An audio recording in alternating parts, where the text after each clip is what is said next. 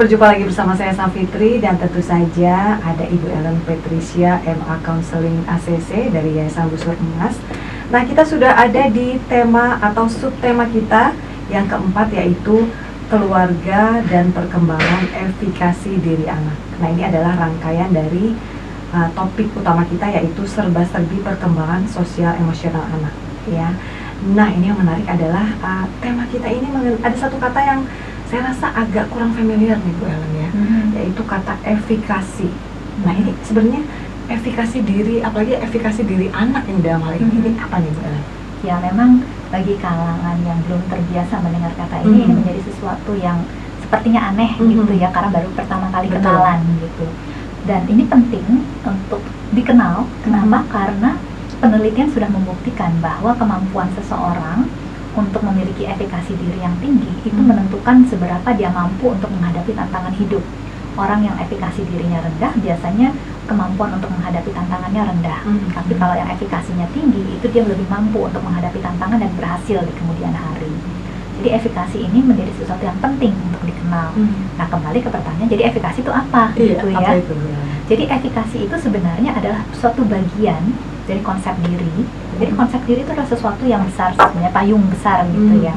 Nah, efikasi ini adalah suatu bagian dari payung besar itu yang khusus tentang apa yang saya yakini tentang kemampuan saya.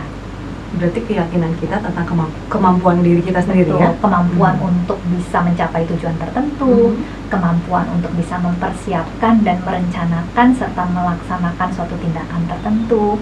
Jadi apa yang saya yakini tentang kemampuan saya. Dan sekali lagi ini sebagian dari konsep diri. Karena konsep diri itu kan apa yang saya yakini tentang diri saya. Itu lebih besar lagi. Di dalamnya nggak cuma tentang apa yang saya yakini tentang kemampuan, tapi ada juga apa yang saya yakini tentang apa yang saya sukai, apa yang tidak saya sukai, apa yang menjadi kelebihan saya, apa yang menjadi kekurangan saya. Jadi itu sesuatu yang lebih besar lagi. Lebih kompleks lagi begitu ya. Betul. Sedangkan efikasi ini adalah sebagian dari konsep diri, hanya tentang apa yang saya yakini tentang kemampuan saya. Baik. Dan ini akan menentukan, ada lagi istilahnya harga diri. Harga diri ini nanti akan bermuara ke harga diri begitu ya. Betul. Ini semua akan mempengaruhi seberapa saya memandang diri saya berharga. Jadi ada istilah self concept atau konsep diri, ada istilah self efficacy atau efikasi diri, ada lagi istilahnya self esteem. Nah, self esteem ini lebih kepada seberapa saya memandang diri saya berharga. Kalau saya melihat diri saya, konsep diri saya itu dekat dengan yang namanya ideal self atau diri ideal. Misalkan orang yang ideal itu adalah orang yang punya banyak teman, orang yang nilainya bagus, sedangkan saya ini temannya nggak banyak dan saya ini nilainya juga nggak bagus. Berarti jarak antara bagaimana saya memandang diri saya dengan terhadap sosok ideal saya itu jauh. Nah, kalau bagaimana saya memandang diri saya atau konsep diri saya terhadap sosok ideal saya itu jauh, biasanya nanti itu pengaruhnya ke self esteem, jadi rendah karena saya memandang diri saya nggak berharga. Tapi kalau saya temannya banyak, kemudian saya nilainya baik dan itu yang saya yakini sebagai sosok yang ideal, berarti kan konsep diri saya dekat dengan ideal self saya. Nah, kalau konsep diri saya dekat dengan ideal self, biasanya nanti self esteem saya akan tinggi. Karena saya memandang diri saya ideal nih, saya berharga nih, gitu ya. Nah, itu semuanya saling mempengaruhi sebenarnya. Tapi Bu Ellen, ada perbedaan nggak sih dalam mengukur efikasi diri anak ya dari sisi si anak dibandingkan dengan sisi kita sebagai orang tua menilai si efikasi diri anak ini? Oke, jadi self efficacy ini adalah sesuatu yang sangat subjektif. Apakah harus sama atau seringkali ada perbedaan nggak sih Bu Ellen? Jadi self efficacy itu sekali lagi karena dia sangat subjektif. Kalau si anak ini merasa saya nggak mampu, walaupun orang tuanya yakin dia mampu, kalau dia merasa tidak mampu berarti ya self efficacy-nya rendah. Karena yang menentukan adalah dirinya sendiri. Jadi penentu utama adalah anak tersebut ya. Betul. Bukan kita sebagai orang tua ya. Betul, tapi yang kita bisa lakukan adalah melakukan stimulasi-stimulasi sehingga self-efficacy anak ini bisa naik. Keyakinan anak tentang kemampuan dirinya bisa naik. Nah, kalau dia kemampuan keyakinan akan kemampuannya itu naik, self efficacy-nya kan jadi lebih tinggi. Jadi peran orang tua di situ sebenarnya. Jadi peran keluarga atau dalam hal ini orang tua ya dalam perkembangan efikasi diri anak ini secara spesifik nih seperti apa nih Bu Ellen? Sebenarnya perannya sangat besar karena konsep diri termasuk di dalamnya efikasi diri. Karena sekali lagi efikasi ini kan masuk sebagai bagian dari konsep diri. Konsep diri ini selalu terbentuk dalam konteks sosial, gak pernah terbentuk dalam konteks yang non sosial. Artinya bagaimana seseorang itu membentuk konsep dirinya sangat dipengaruhi oleh kekuatan-kekuatan sosial yang ada di sekitarnya. Komentar-komentar orang, budaya, itu semuanya akan mempengaruhi konsep diri. Nah, tentunya kalau kita bicaranya anak, kekuatan sosial yang terbesar di dalam diri anak itu sebenarnya kan adalah konteks keluarga. Disinilah kekuatan sosial yang terbesar. Dan karena ini kekuatan sosial yang terbesar, berarti orang tua punya peran yang besar untuk bisa menstimulasi konsep diri anak termasuk efikasi diri anak. Nah, tentu pertanyaannya adalah konteks keluarga yang seperti apa nih yang bisa menstimulasi efikasi yang tinggi gitu ya. Nah, efikasi itu akan terbentuk kalau keluarga itu aman untuk anak. Keluarga yang aman itu seperti apa Bu Ellen? Apakah rumahnya dijaga oleh security yang segitu banyak ataukah bagaimana nih Bu Ellen? Nah, aman ini memang punya pemahaman yang agak berbeda dengan aman yang umum gitu ya. Seperti apa? Aman ini lebih aman secara emosional untuk anak. Oh, jadi sehat secara emosional begitu ya Bu Ellen? Betul. Artinya anak itu tidak mendapat banyak serangan-serangan emosional di dalam keluarga tersebut. Biasanya serangan emosional ini dalam bentuk seperti apa ya Bu Ellen? Nah, serangan emosional ini bisa terjadi baik disadari maupun tidak disadari oleh orang tua. Serangan emosional tuh misalkan, aduh kamu kok begitu aja nggak bisa sih, mama sudah mesti ngomong berkali-kali loh sama kamu. Itu aja udah bentuk serangan. Oh my god, ternyata itu juga dalam konteks serangan begitu ya Bu Ellen? Betul, karena kita bilang kamu kok nggak bisa sih, udah berkali-kali masih nggak bisa sih. Aduh, ini kayaknya kita sebagai orang tua merasa tersentil ya. Kayaknya pernah tuh ngomong kayak gitu gitu ya Bu Ellen ya? Betul, itu akhirnya anak merasa, oh iya ya saya nggak bisa ya. Jadi kita tidak membangun efikasinya, justru kita menekan dan kita menghambat perkembangan efikasinya dia. Sehingga keyakinan dia akan kemampuannya kan jadi tidak terbangun. Karena kita bilangnya dia nggak bisa, even berkali-kali juga nggak bisa. Nah, disinilah sekali lagi konteks keluarga aman ini menjadi penting untuk anak bisa mengembangkan efikasi dirinya. Dalam arti kebutuhan emosional anak akan keamanan emosional itu perlu ada supaya anak itu bisa mengembangkan efikasi dirinya. Wow, iya benar juga ya Bu Ellen ya. Jadi ada beberapa hal yang kita tidak sadari ternyata itu merupakan efikasi negatif terhadap anak begitu ya. Betul. Dan jadinya kita malah menghambat perkembangan efikasinya, bukan menstimulasi perkembangan efikasinya. Nah, tentunya hal ini akan sangat dipengaruhi oleh pola asuh ya. Pola asuh ya. Betul, karena sekali lagi kan keluarga itu dalam hal ini orang tua itulah kekuatan sosial terbesar dan pengaruh pola asuh itu akan sangat besar kepada anak. Dan kalau kita lihat pola asuh itu kan sesuatu yang tiap orang punya pola asuh sendiri-sendiri. Gitu ya. Tapi secara umum sebenarnya kalau berdasarkan teori pola asuh itu ada 4 jenis kategori pola asuh. Ada pola asuh yang namanya pola asuh yang tidak terlibat gitu ya, uninvolved. Ada pola asuh satu lagi yang namanya permisif. Ada pola asuh yang otoritarian, ada juga yang otoritatif. Nah, apa sih perbedaan antara ini semua? Perbedaannya sebenarnya ditentukan oleh 2 variabel saja. Oleh variabel yang pertama adalah kontrol atau ekspektasi, dan variabel yang kedua adalah responsiveness atau bagaimana tingkat responsivitas kita dan juga bagaimana kehangatan yang kita bangun. Jadi kalau kita ini terhadap anak kehangatannya rendah, kita nggak responsif sama anak, kemudian kita nggak punya banyak ekspektasi, kita nggak banyak kontrol, itu artinya kita masuk sebagai pola asuh yang uninvolved. Oh, bodo amat deh istilahnya gitu ya. Betul. Jadi tidak dikontrol tapi tidak disupport juga gitu yang penting dia kelihatan baik-baik aja, itu bahaya juga kan. Betul. Dan tidak jarang orang tua yang secara tidak sadar menjalankan pola asuh ini. Yang penting anaknya sama si babysitter oke nggak? Ya udah, yang penting udah oke. Yang penting kelihatannya oke gitu ya, Betul, tapi tidak ada koneksi emosional yang dibangun. Ya, nah itu yang pola asuh yang uninvolved. Dan ini tidak sehat.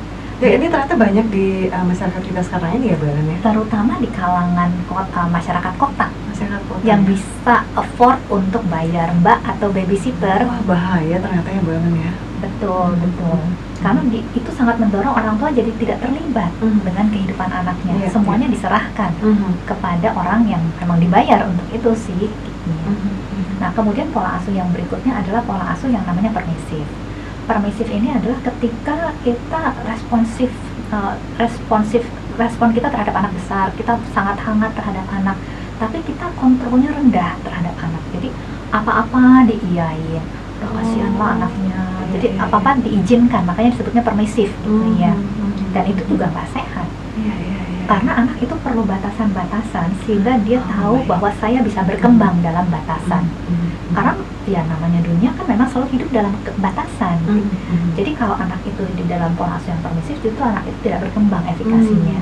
Apalagi dengan dalih-dalih udah deh anak satu-satunya gitu, kayak gitu ya, Bu Ellen. Betul, Udah deh namanya juga anak perempuan, atau ya udahlah namanya juga anak laki, atau kayak gitu. Istilahnya itu juga ternyata tidak bagus juga ya. betul, betul. Nah, pola asuh yang berikutnya adalah yang namanya pola asuh yang otoritatif, atau kalau bahasa Indonesia lebih kenal namanya otoriter. Seperti apa tuh, Bu Ellen? Otoriter tuh artinya kontrolnya tinggi, ekspektasinya tinggi, tapi kehangatannya minim. Kita Contoh nggak kasusnya seperti responsif. apa, Misalkan Bu Ellen? orang pokoknya mama maunya begini ya, itu kita ngontrol banget kan.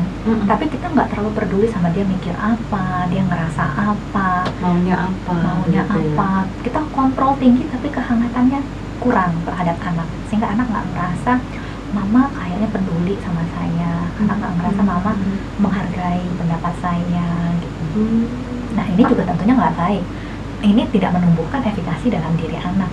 Dan klien dengan kasus seperti ini banyak banget di Busur Mas. Cukup banyak karena memang tanpa disadari juga seringkali orang tua di negara ini yang notabene memang masih negara timur, di mana apa ya, posisi itu masih sangat jelas perbedaannya. Demokrasinya tidak sebesar di negara-negara barat, itu tanpa sadar orang tua sering terjebak dalam pola asuh yang otoriter. Apalagi kalau udah pusing sama anaknya, ngomong nanya-nanya, anaknya komplain-komplain, udah pokoknya gini gitu ya. Begitu udah masuk pokoknya, itu pasti orang tua udah terjebak ke dalam otoriter. Karena pokoknya itu berarti udah saya nggak mau tahu yang lain. Gak ada toleransi istilahnya gitu Betul, ya. betul. Luar biasa ya. Dan itu sering terjadi tanpa disadari sebenarnya. Nah, yang ideal adalah pola asuh yang kita sebut pola asuh yang otoritarian. Otoritarian itu artinya dia kontrolnya tinggi, tapi dia kehangatannya juga tinggi, supportnya tinggi. Artinya misalkan saya mau anak saya pulang jam 6, saya bilang, nak, mama berharap kamu pulang jam 6 kalau pergi sama temenmu, jam 6 paling telat udah di rumah. Ah, mama masa jam 6 sih, dia aja pulangnya jam 7, yang ini pulangnya jam 8, masa aku jam 6. Oke. Karena mama kalau kamu pulangnya lewat dari jam 6, mama khawatir. Jadi menurut kamu gimana caranya supaya mama khawatir kalau memang kamu maunya lewat dari jam segitu? Artinya kita ada ruang untuk kita berdiskusi gitu ya. Gak cuma saya maunya begini, tapi kita mempertimbangkan juga anak maunya gimana. Dan kita berusaha cari solusi yang win-win untuk kedua belah pihak. Baik, iya. Berarti ini yang paling ideal ya, Mbak Ellen ya? Betul, karena dengan kita melakukan pola asuh yang seperti ini, anak merasa bahwa pendapat saya berharga, pikiran saya berharga, perasaan saya berharga. Dan kalau dia merasa bahwa, oh iya pendapat saya berharga ya, dia akan punya kepercayaan diri yang lebih besar untuk mau melakukan hal-hal yang memang dia yakini itu benar. Dan itu akan sangat menolong dia untuk meningkatkan efikasinya. Dan metode seperti ini juga yang diajarkan dalam satu konseling begitu, atau dan biasanya kalau ada Busur Mas? Betul, biasanya kita ajarkan ini di training konseling keluarga, dan juga kalau ada konseling di mana ada masalah antara anak dengan orang tua, hal-hal seperti ini akan menjadi sesuatu yang kita diskusikan. Nah, ini biasanya kalau untuk kasus yang sudah sampai ke melibatkan kedua belah pihak secara intens, secara komunikasi begitu ya, Mbak Ellen, usia anaknya sekitar berapa ya, Mbak Ellen ya, sampai dia bisa mengutarakan ketidaksukaannya, kesukaannya dia, kemauannya dia, sampai dia menemukan efikasi diri. Ini biasanya di usia-usia berapa? Sebenarnya efikasi diri itu sekali lagi bukan sesuatu yang statis, tapi menjadi sesuatu yang dinamis. Artinya berkembang terus begitu ya? Ya, bisa berubah setiap saat. Karena bisa aja saya saat ini punya efikasi yang tinggi.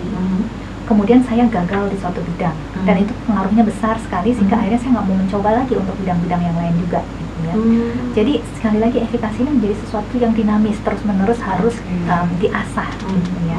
Tentunya ketika seorang anak memiliki efikasi yang semakin tinggi, kemungkinan dia untuk drop lebih rendah, tapi bukan berarti hilang 100%. Nah ini yang dia perlu terus berusaha. Tapi minimal kalau anak itu diperlengkapi dengan baik, ketika dia mengalami masalah, dia tahu bagaimana cara pick up lagi kalau dia jatuh. Sehingga itu tidak membuat dia, misalnya udah jatuh tergeletak lagi, nggak bisa bangun-bangun gitu ya. Jadi inilah perlunya peran keluarga dalam perkembangan efikasi diri anak begitu ya. Betul. Berarti ini membutuhkan kerjasama kedua belah pihak keluarga atau dalam hal ini orang tua dan juga si anak itu sendiri Bu Ellen ya. Betul sekali, karena orang tua bisa berusaha, kalau anaknya nggak mau kerjasama juga agak susah. Betul. Anak itu juga sekali lagi sangat tergantung dari orang tuanya. Berarti kalau untuk kasus seperti ini kedua belah pihak mesti datang, mesti hadir dalam konseling atau kelas tertentu begitu Bu Ellen? Biasanya kalau dalam proses konseling memang ketika ada kerjasama dari dua belah pihak, itu tingkat keberhasilan selalu akan lebih tinggi dan lebih cepat. Ya. Bukan berarti ketika hanya salah satu pihak yang datang tidak bisa ada perkembangan, tetap bisa ada perkembangan, tapi pastinya tidak bisa sebesar dan secepat ketika ada dua pihak bekerja sama. Iya, jadi akan lebih baik kalau kedua belah pihak ini bekerja sama begitu ya, dan mengikuti metode yang sudah dicanangkan gitu ya Bu Ellen ya. Betul. Nah itu kan dari pola asuh. Selain pola asuh apa lagi Bu Ellen?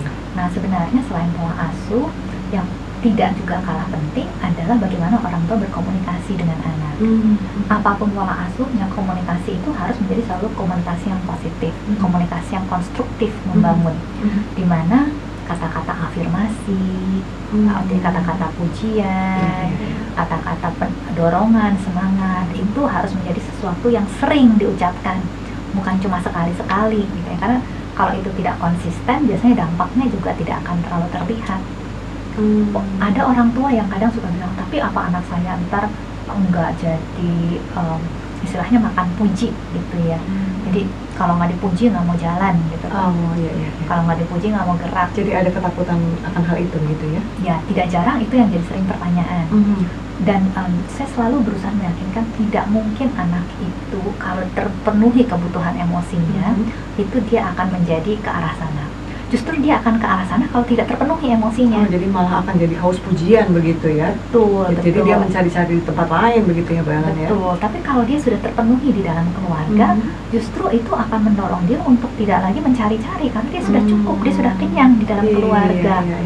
Makanya sebanyak-banyak mungkin kita memberikan kata pujian, kata penyemangat. Aduh, anakku cantik sekali hari ini gitu ya misalkan. Atau anak cowoknya habis potong rambut, wow anak mama ganteng banget nih habis potong rambut nih gitu ya. Atau ketika dia mau melakukan sesuatu yang kayaknya belum berhasil, kita bilang, oke nak, mama lihat kamu usahanya sudah baik, segala sesuatu yang diusahakan suatu hari pasti akan berhasil, usaha kamu keren ya. Jadi hal-hal seperti itu yang kita perlu ucapkan secara konsisten, sehingga sekali lagi itu akan menstimulasi efikasi diri anak untuk lebih terbangun ya. Berarti harus konsisten dan ini mesti dijadikan sebuah habit atau kebiasaan yang baik begitu ya Bu Ellen. Betul. Tapi kan komunikasi itu tidak hanya dalam bentuk verbal atau kata-kata ya Bu Ellen. Betul. Dari sentuhan mungkin atau dari gestur, ini apakah sejauh mana sih pentingnya dari gestur dan sentuhan ini bagi anak? Tetap tentu saja ini perlu dikombinasikan gitu ya. Kalau kata-kata kita baik tapi kita nggak pernah menyentuh anak secara fisik, itu juga tentunya akan ada yang hilang dari dalam diri anak. Iya, kita ngomong baik-baik tapi mukanya ke sana, anaknya ada di belakang itu juga jadi kurang sinkron begitu ya. Betul. Jadi semua itu memang harus dikolaborasikan untuk mencapai hasil yang optimal. Dan ketika itu semua sudah dilakukan, tentunya kita juga perlu mengingat bahwa efikasi itu sekali lagi adalah sesuatu yang tidak statis melainkan dinamis. Artinya ketika anak sepertinya efikasinya sudah mulai terbangun, tapi ada satu yang dia gagal dan kayaknya itu dia dampaknya besar ke dia, it's okay, nggak apa-apa. Bukan berarti usaha kita selama ini hilang, tapi ya ini adalah kesempatan dia untuk bangun lagi gitu. Anak itu tidak cuma harus belajar bagaimana caranya tidak jatuh, tapi anak itu juga harus belajar bagaimana caranya bangun setelah jatuh. Dan justru keluarga itu harus menjadi tempat yang aman untuk anak belajar caranya bangun setelah jatuh. Betul. Jadi ketika dia mengalami hal yang tidak mengenakan, bagaimana dia bisa pick up lagi, itu justru harus dilatih. Iya, memang harus dilatih ya Bu Ellen ya, karena kehidupan ini kan nggak melulu senang begitu ya, Betul. nggak melulu berhasil atau sukses terus. Pasti ada saat kita jatuh atau kita istilahnya bahkan terpuruk begitu ya Bu Ellen ya. Betul. Dan kalau kita tidak mengenal kata gagal atau kata tidak sanggup atau tidak mampu, nah bagaimana kita bisa membangun kembali semangat dan yaitu istilahnya apa ya, membangun kembali jati diri kita begitu ya Bu Ellen ya. Betul. Dan pengalaman-pengalaman itu akan sangat berharga untuk anak ketika membangun efikasi diri. Jadi ketika kayak tadi dia jatuh, dia terpuruk, dia akan ingat, tapi dulu saya juga pernah jatuh, terus saya bisa bangun lagi. Dulu yang waktu itu juga saya pernah jatuh, saya bisa bangun. Itu menjadi pengalaman yang membangun dia untuk bisa meyakinkan dirinya, kalau dulu bisa, kenapa sekarang nggak bisa? Sekarang juga pasti bisa. Dan itu sangat menolong. Betul. Di episode sebelumnya Ibu Ellen sempat bilang sama saya bahwa tidak ada keluarga yang sempurna. Pasti tiap keluarga ada pergumulannya masing-masing gitu ya, ada lukanya sendiri-sendiri begitu ya.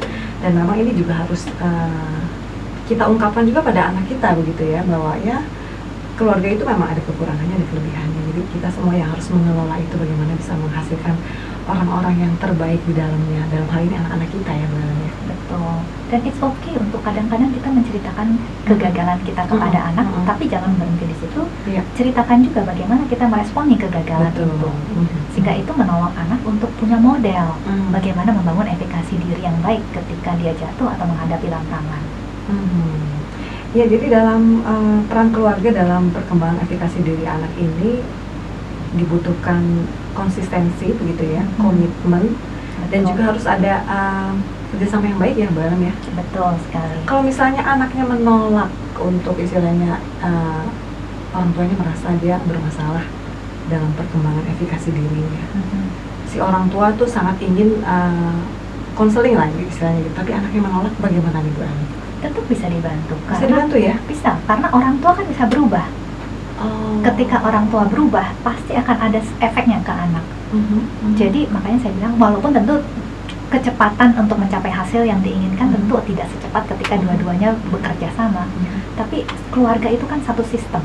Satu sistem artinya ketika sesuatu perubahan terjadi dari subsistem, itu akan mempengaruhi sub-subsistem yang lain.